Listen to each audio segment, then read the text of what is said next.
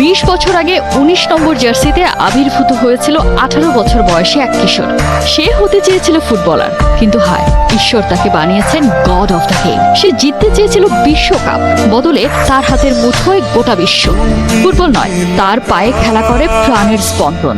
2 দশকের টাইমলাইন, 19 নম্বর জার্সিটা বদলে হয়েছে 10 নম্বর।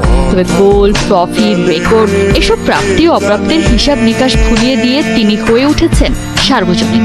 Lionel Messi, the captain, football দুনিয়ার অবিসংবাদিত কে। এল ক্যাপিটান ইজ দ্য ফেস। খুশি আর্জেন্টাইন ক্যাপ্টেন। বুয়েনোস আইরেসের শেষ ম্যাচকে সামনে রেখে এজিজা ট্রেনিং সেন্টারে এমনই চিলমুডে হাজির এলামটেন। লিওকে একটিবার দেখতে সমর্থকদের ক্লান্তিহীন মধুর অপেক্ষা। কে জানে এই পাড়ায় আর পা পড়বে কিনা ঘরের ছেলের।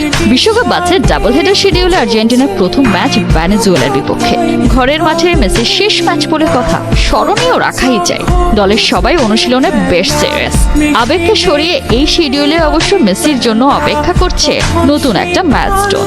কোয়ালিফায়ারে মেসি এরই মধ্যে অল টাইম গোল স্কোরার। তবে ভেনেজুয়েলার ইকুয়েডরের বিপক্ষে মাঠে নামলে আর্জেন্টাইন সুপারস্টার হয়ে যাবেন সবচেয়ে বেশি বাছাই পর্ব খেলা ফুটবলার। ক্যারিয়ারে 71টি কোয়ালিফায়ার ম্যাচ খেলেছেন লিওনেল মেসি। 72 ম্যাচ খেলা ইকুয়েডরের সাবেক captain Ivan Christopher. Messi 2 match খেললে সাউথ আমেরিকান কোয়ালিফায়ারে সবচেয়ে বেশি 73 ম্যাচ খেলার রেকর্ড করে ফেলবেন। এই ম্যাচটা তাই লিওর কাছেও ভীষণ স্পেশাল।